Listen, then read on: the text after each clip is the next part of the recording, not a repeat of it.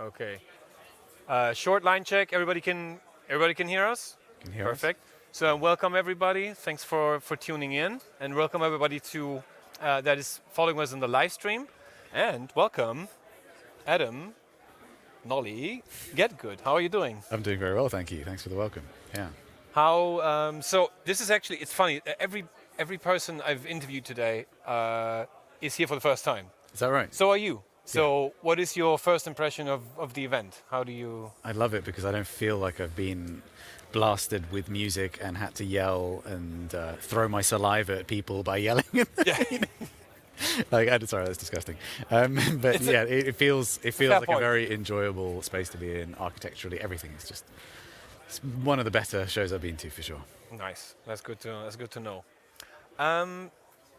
So you play bass, you play guitar, and I've never seen you play drums, but you must be playing some drums. I could Are you a play drummer? Back in Black level kind of drums, yeah. So I can hold a very basic beat, and that's about as far as it goes. Yeah. Okay. And you are a producer as well, and that's what you're doing full time. Yeah. So the majority of my time I'm working for my company, Get Good Digital, Get Good Drums. That's kind of that's the thing which is kind of more scheduled in my days, and then I'm gradually taking on more client work again because I kind of really stopped doing it for a while. Okay. Especially around having a young child. I thought it's easier Oh, to not be congrats. trying to satisfy clients, and so thank you.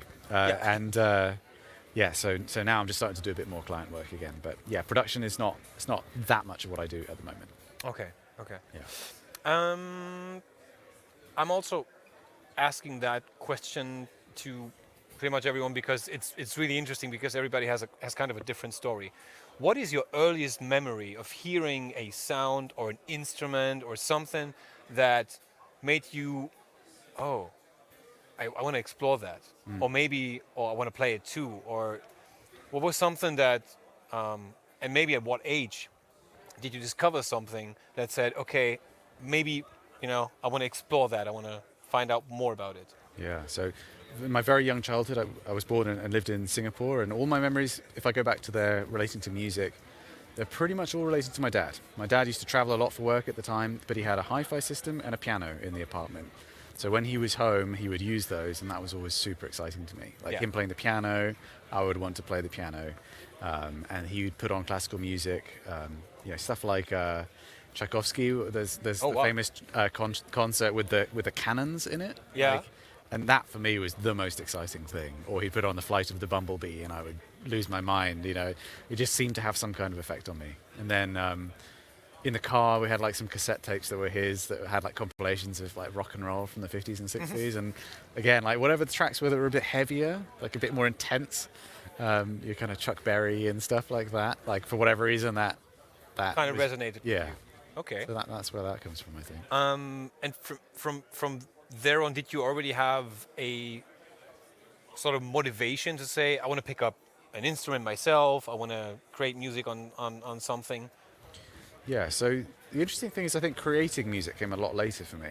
Okay. But I wanted to play the piano because of my dad, and I started having piano lessons very young. Okay. But it was all in that kind of classical school of learning to play the songs you're supposed to. Like Right. all very pedagogical, like getting the books from the teacher and learning to play the song. So it wasn't until I hit my teens, when I was about 14, at that point I'd also had a go playing the violin, been playing the clarinet for a while. Wow. And I started, I mean, not to any great standard, but all still in that kind of like music teachery way.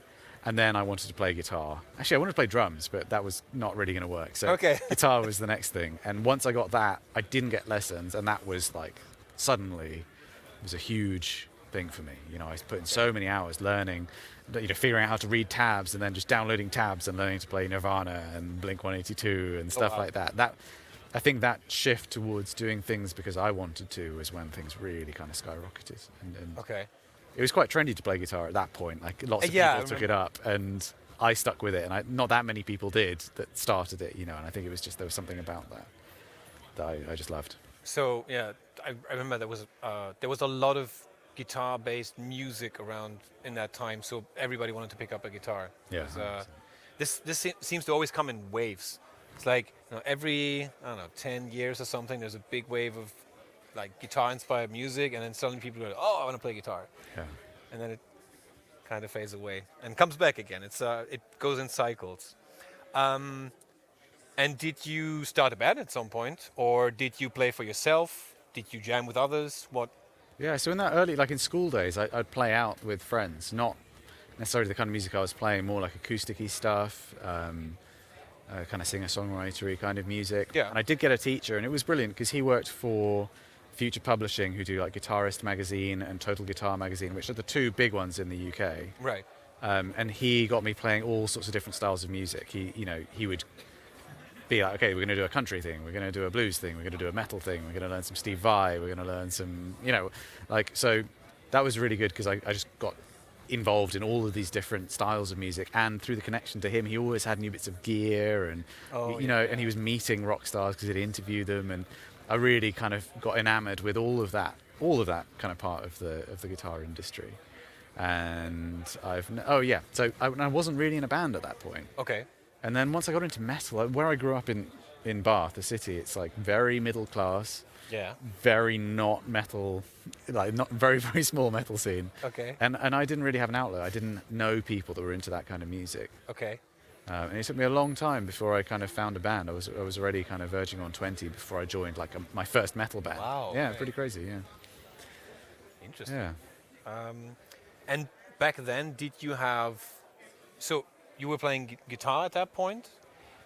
Did you have a certain practice routine, or was it more interesting for you to just play and compose? Again, composition wasn't a huge part of it. It was mostly learning songs, playing along with CDs, and I was really interested in getting the articulation right, like playing lead guitar, but I didn't have lots of gear, and I just kind of figured if I figured out how to play, like the way to hold the pick, the way to rake the bends, all the nuances, that would be how I could sound like Van Halen or Pantera or something that wasn't metal at all, So that was mostly what I was doing, and I would practice a bit, but it was more so playing along with songs, I think, for me. And learning them by ear as well at that point, like not just following tabs. So Okay. yeah, picking up songs by hearing them and playing along. Yeah, that's something that seems to come back. I remember there was a time where I bought like tab books and guitar tabs and whatnot, but nowadays with things like YouTube and whatnot, where people actually tell you how to play a certain song, it seems to be like I mean, my cousin learned to play that way. He purely watched YouTube videos, and after 2 months, he was playing entire songs. Yeah, it's pretty So, incredible. Yeah, it's pretty amazing. So Just as a sidebar, it's fascinating to go back and look at those old tab books that you'd buy in music stores and realize how wrong they were, especially for metal stuff. There's like YouTube videos about that where people like rate the old tab books. There's like a famous one for Rust in Peace by Megadeth, which I had the tab book for, and I learned to play some of those riffs the craziest way in retrospect. And like there's videos of people being like, that's literally impossible. Why did they tab it like that? And then you see now videos of Dave Mustaine playing the riffs, and it's like, oh, it's really easy. It's not this weird, like, random stretch thing that you know. I guess it always. I didn't know that. I think it always depends on the listener. You listen to it. You don't know what there wasn't that much. There were not that much resources of where you could. Okay, let's see. You would have to go to the concert of Megadeth to see how he plays it. There wasn't people filming concerts and you say, oh, he's playing it that way. But it's just so nonsensical. Some of it is literally like impossible stretches for no reason, for like one note or something. You need to be Steve Vai and have like the extra long fingers or something. So moving a little bit forward, in 2012 you joined Periphery.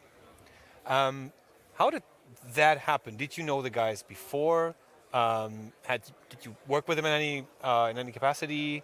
And how was the decision made? Did they just approach you and say, "Hey, you want to join us?" Or so when I said I joined like my first metal band when I was around that kind of 20 kind of. So as I joined that band, the guitarist who'd started it showed me Periphery and Bulb. That was my first. Yeah. And he said that he'd been talking to Misha on MSN Messenger, because at that point you could do it. Misha being the founding member of Periphery.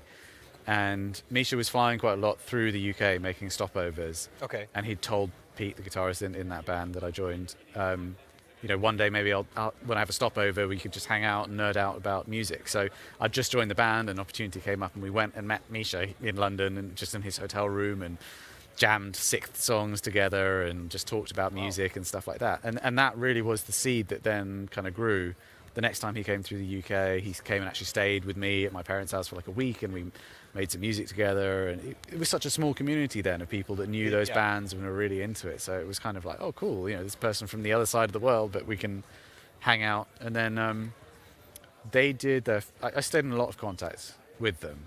They did their first record themselves. The second record, they went to a studio of a friend, and they brought me in as a producer, but I was just so unqualified, really. I think what they wanted was someone that knew the genre, Okay. that could kind of be in their corner to help make sure the creative decisions, like the sounds and everything, went the right way. And my role kind of just expanded hugely once I got there, because the bassist quit soon before that, so they didn't have a bassist. And with the studio sessions, it kind of ended up being that I would just like operate Pro Tools, and the studio owner wasn't around that much. So I kind of de facto became like the recording engineer. And then, we were spending a long time being really perfectionist about the guitar tracks, and the guitarist would be burnt out, and it'd be like, well, who's going to do bass? And I guess I'll do bass, Okay. And it turned out I had kind of like the right skill set, like I guess consistency in the picking kind of quite suited the bass. And when an opportunity came up to join full time, I thought about it because I wanted to be a guitarist really in this band, Red Sea's Fire, that I was in the UK. But then it was like, this is ridiculous. Like, they're offering me to go straight out on a bus tour around Europe with Dream Theater. I should take this opportunity. Yeah. And it's one of the decisions I'm happiest about, because it was just so many things spiraled from that. And to be the one bassist in a band is very different than being one of two or three guitarists in the case of Periphery. So I kind of I had my little space in the band that was it was just so fruitful in so many ways. That was just for yourself, right? Yeah. However, a couple of years later, you decided that you don't want to be part of the band anymore, at least not because they were touring a lot. And what was behind that decision? Because from the outside, if we look at a band like Periphery, if we look at the genre, it's still kind of a niche somehow as a genre. But then Periphery, who was the band that was always like driving and trying to innovate and come up with new sounds and new mixtures and mixing up lots of different things, from an external view, is like such a huge thing. Yeah. So what made you decide, okay, I'm going to leave, I'm going to pursue a whole host of reasons, really. So one, being in a band in the United States when I'm from England meant that I was away from home a lot, because it wasn't just touring, it was in between tours, being out there for whatever, recording, press opportunities, or just not simply being a long enough gap to make sense to return home. So I was, reaching my mid-20s and didn't have a fixed address apart from my parents' house, and I wanted to be able to have my own place, and plus I was really getting into the studio thing, and I was developing my mix work on the road, on the bus, with headphones, with the generator running, and it was really good. I learned a lot by doing it in such extreme circumstances, but it got to a point where I was like, if I want to take this seriously, I need to be able to work in person with clients, work on speakers, get better at what I do, and I was just loving that. And then the third factor would be that I met my future wife, and she had no problem with me touring, but it was just another thing of like, well, I kind of want to settle down. And so that's kind of around the time that I spoke to Periphery, and we agreed that I wouldn't leave the band, but I'd stop touring, which is what we did. Okay. So that lasted about 18 months. And then it was like, I was on the weekly band calls with management, and it just got to a point where it's like, I have nothing to do with any of the decisions they're making. Like, they don't affect me at all.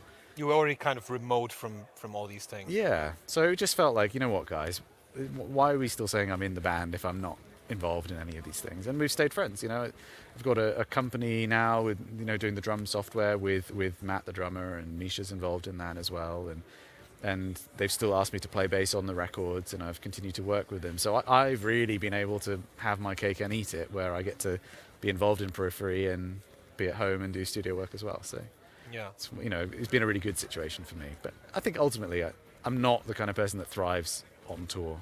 Okay. I like it for a while, but it was getting burnt Understand. out on it. Yeah. Everybody needs a break sometimes. Yeah.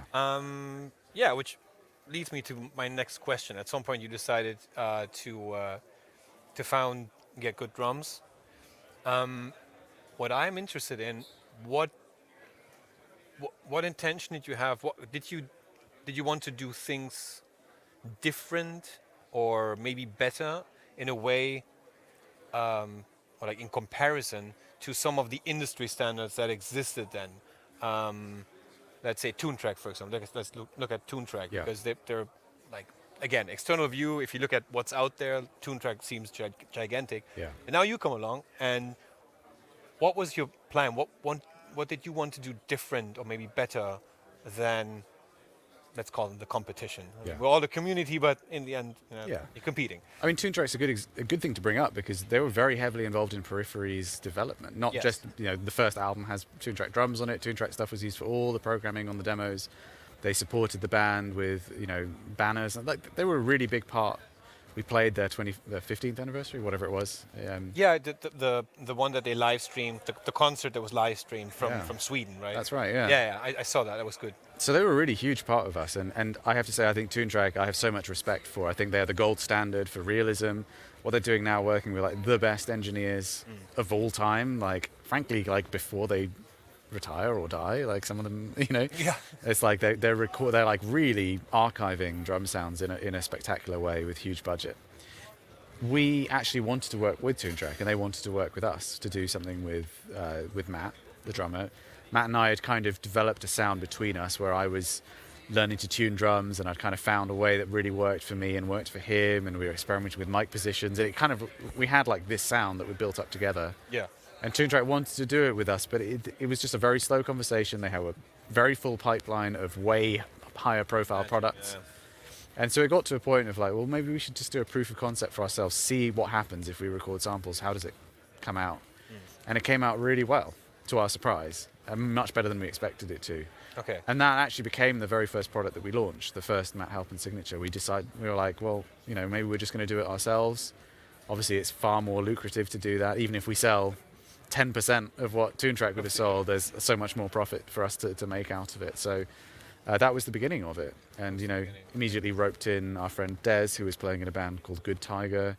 There's a good friend of mine, and he's very good at putting people together. He managed to find good people to work for GTD, and Misha tested the products and liked them so much that he wanted to be involved as well. So that's where it started. And yeah, the goal wasn't that we thought we had something unique sonically, but it wasn't that we were, we can do this way better than anybody else. There wasn't any kind of arrogance about that. It was just like, maybe we can do something here, and it's thankfully been very successful, and we're very grateful for that. Nice. What do you like more, playing or producing? Producing. Yeah, I mean, playing, what I find very satisfying is recording stuff that's set in stone, like bass tracking. When I know all of the parts, I find that very satisfying. It's like a repetitive task, one of those gloriously satisfying repetitive tasks where it feels like you're making constant progress, and in the end you can sit back and be like, wow, yeah, that's great. I made it. I love that. That's, as I say, I've never really been one that's been super creative with my instrument. I've never been a huge improviser. That's not I'm sure I would enjoy it, but I don't have those skills. So, yeah, for me, like, improvising, doing a jam session would be a nightmare rather than than a joy. So I really enjoy that aspect of recording. Okay. And then producing, again, so dependent on the people. Working with a band that you're really on the same creative wavelength with, so that everyone can be honest with one another and knows that they're on the same team and working towards the same result, and you can like pack meaning into everything, like using the equipment that's really meaningful to the person, and keeping, there's some projects I've done where, a band member's died and you keep like the parts that he'd recorded. That kind of stuff is really wholesome and emotionally fulfilling. Okay. So I enjoy that. But then there's other clients that it's a bit more like you're just a sausage factory of, getting the songs out, or there's just problems everywhere and the people don't get on with one another, and that's another kind of nightmare for me. Yeah, and it's a good next question, because what well, from all the things you've done as a producer, what would you say was your biggest challenge as a producer? Because playing instruments in a live situation or recording is, there are challenges. You want to do it right. You want to put in a good show. There are certain aspects, but then producing, obviously, you're sitting on the exact opposite side of things, and you have to be neutral in a way, but you also have to kind of push things forward to get the best out of everyone, as you just said. So, what do you think was your biggest challenge as a producer? You don't have to name names if you don't want No, to.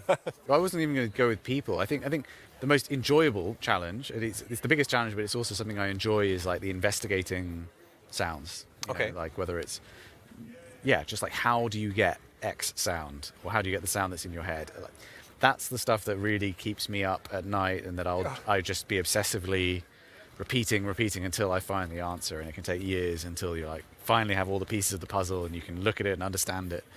I find that that's the most challenging, but it also allows you to have the freest headspace when you're actually working with a client, because you're not Okay. you're not you're not flying by the seat of your pants. You're not discovering things on the fly. Like when you have a really solid knowledge of the tools that you're working with, you don't need to be thinking about that. You can be thinking about the songs. You can be thinking about the people, and your mind isn't being distracted by the technical. So Okay. yeah. That's true. Okay. I see that. Um, staying in the nerdy corner of things. You play Dingwall basses. You're also a signature artist with Yep. Dingwall. Um, how did that happen? Because obviously these things look very unique, and for some people they're like, okay, what is that? What is a fan fretboard, and why do I need it? But obviously it suited your playing style. So maybe let's get into a little Yeah. how it all started. So a piece of the puzzle I missed out with the story with Periphery is that early on they asked me to fill in for the bassist Yeah. on their first major tour that they did, and he was a Dingwall player. He had one of the Canadian-made instruments. I knew nothing about bass at all, and I just broke his expensive strings constantly because I was playing with a really thick pick and thought that you just have to hit it as hard as possible. And yeah, but the bass itself felt so nice. If you've never played a Dingwall, they're quite narrow in the nut. They really suit guitar player hands, I think. They're very fast feeling. Okay. And it was like I'd played other basses in the past that felt a lot more hard work, and the Dingwall was like, wow, okay, I could actually play stuff like it's a guitar and it comes out right. So that sowed that seed in my head of like, this is a really cool bass. I didn't know much about bass sound. A couple of years later, when I joined the band, I needed to find an instrument. I'd been using instruments that belonged to the band, a really nice Warwick bass, some Mayonnaise instruments, some Fender instruments. Yeah. But the tuning, with the low tunings, was always a tricky thing, where Yeah. you need to move to a string gauge that's way too big to sound good. You know, it starts to sound like a cable. You know, it doesn't sound like I feel like a bass should sound more like a grand piano, like the low strings on a grand piano, low notes. So Dingwall was in my head, and I had the opportunity to go to the London Bass Show, and funnily enough, I met Sheldon Dingwall, I met Doug from Dark Glass Electronics there, and I met my future wife on the same day. So that was a very consequential day for me, and I got to try the Combustion Series Dingwalls, which were their kind of import model. They weren't selling so many to the high-end clients they had, because they mostly were known for their high-end basses. But for me, a stripped-back bass that had the fan fret thing that allows you to have a really, like, not have such a thick string on the bottom. But the tension, but you get the tension obviously with the longer scale, obviously. Exactly. And it starts to sound more piano-like. The overtones aren't all like next to the fundamental, making it sound muddy on the low string. Yeah. So I tried one of those combustion basses. Like, this is what I need. I'm now touring the world. I need two very dependable instruments that I don't need to cry over if they get a dent in them, and that sound great. And that was the beginning of that. And he'd already created the solution. You know, he was already doing it. It was just that I came along and happened to need exactly what he was offering. And then it kind of just spread around. It was like there wasn't another alternative out there, and other bassists tried them and heard them and were like, well, that does the thing that we've been wanting from our basses that were designed in the 60s, you know, like, and so it just seemed to take over, you know, and pretty soon after that, we had the idea of doing a signature model to further kind of aim it at the kind of music that I was playing and the other artists that were doing that kind of music. Yeah, you were playing around a lot with the electronics. right? Yeah, a little bit with the electronics and with the neck profile and moving the pickups closer together to give them a sound that you could get on their very expensive basses that had 3 pickups. Right.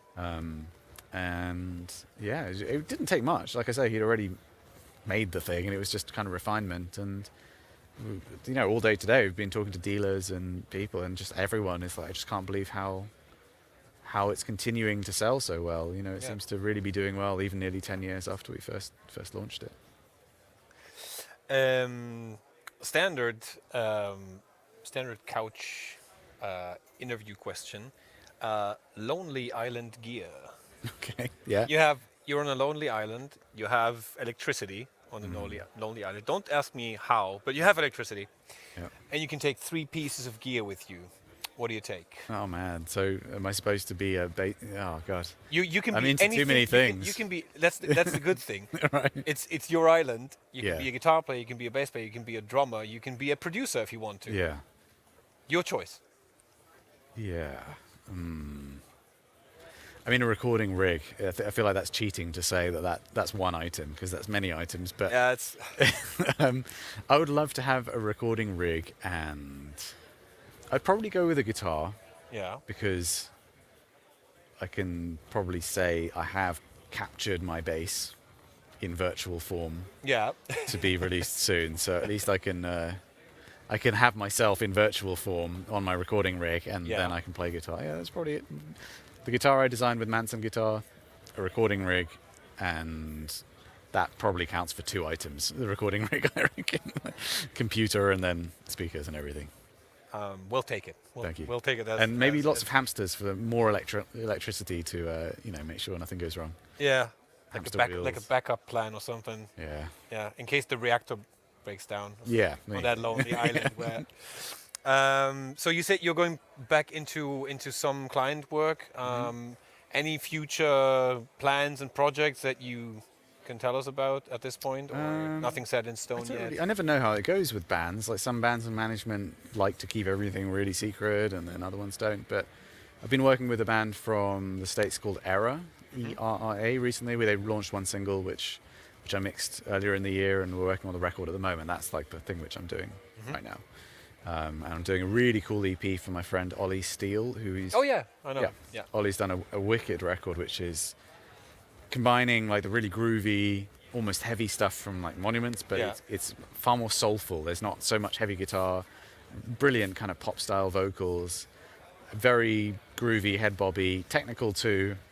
And I just feel like it's a very successful fusion of all of those elements. It's not one of those kind of like joke, like, oh, we'll do a metal band with a pop singer on top of it. It's like, it's a very coherent thing. And Yeah, Ollie's he's an amazing guy. he's an amazing guitarist. Yeah, too, definitely. Cool. Thank you very much for taking the time to talk to us. Thank you guys for tuning in. Thank you. And I hope you enjoy the show, and you'll find it to be nice, compact, and enjoy it. Yeah, thank you. I'm sure I will. All right. Thanks very much.